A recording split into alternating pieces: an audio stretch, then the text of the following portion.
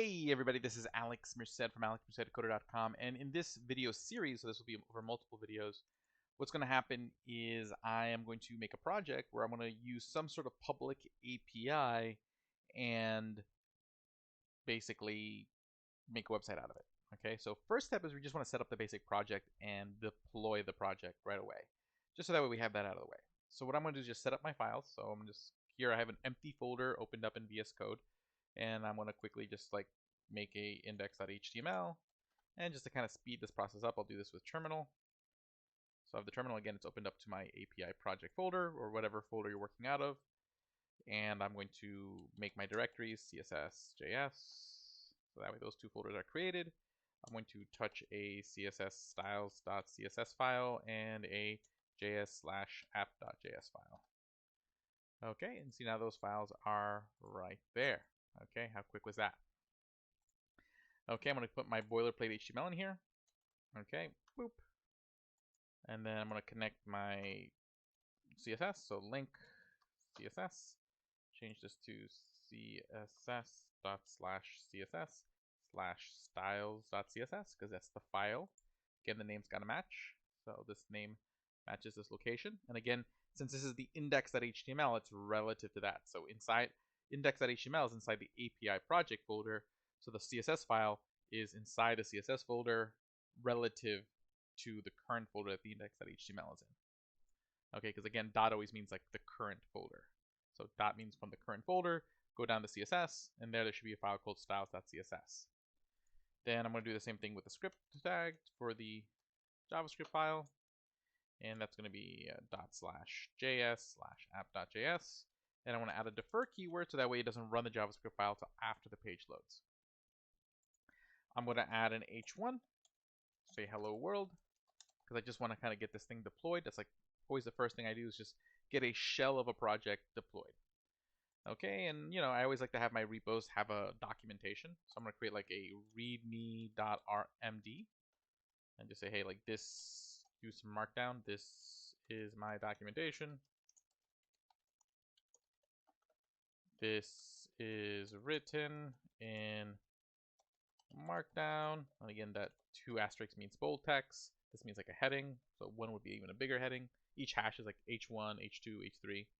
So like h1, h2, h3, so forth. Okay, so that's all set. Now I just want to make sure that I can. First, I'm going to take a look at the README. So I'll just right click here and click Open Preview just to see how it's looking. That looks cool.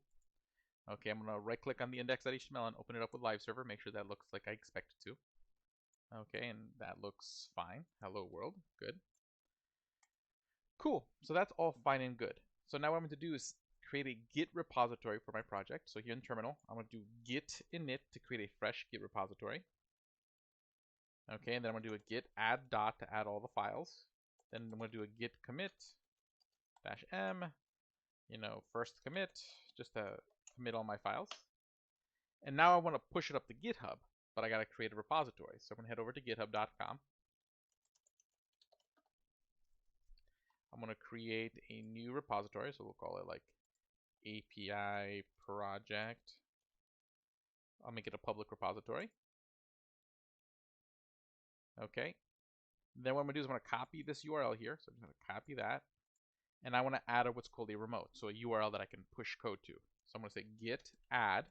I'm adding, oh, actually, first is git remote add, because I'm adding a remote. And we're going to call it origin, because usually you call your first remote origin. That's just sort of the way you do it. Then I'm going to paste that URL. Okay, and I'm using this. So again, going back over here, I'm using the SSH URL because I have SSH set up. Now, if you're asking the question, do I have SSH set up? Well, if you don't know, then you probably don't. Okay, because it's something you really kind of have to like go out of your way to do. So in that case, use the HTTPS URL instead.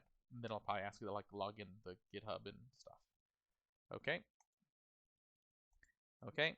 So you put whatever URL you're going to use here, hit enter. And just to make sure that it took, you type in git remote -v. This will show me any remotes I've set up, except I typed it wrong. Git remote -v.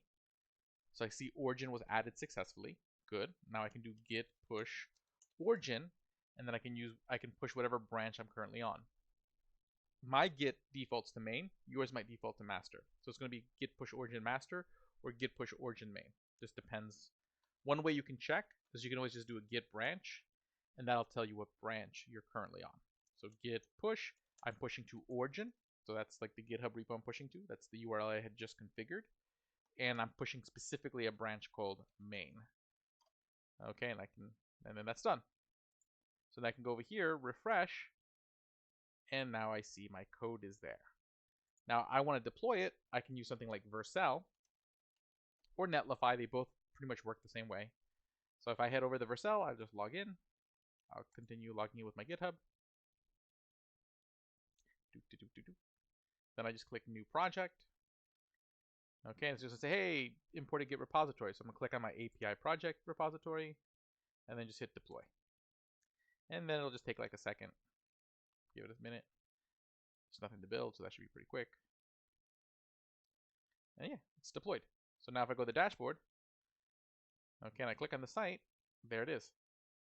My site's deployed. It's online. And the great thing about using something like a Netlify or Vercel is that literally anytime you push up the code's going to automatically update. Okay, so it's the same process with Netlify. You would just connect the repo and say, go for it.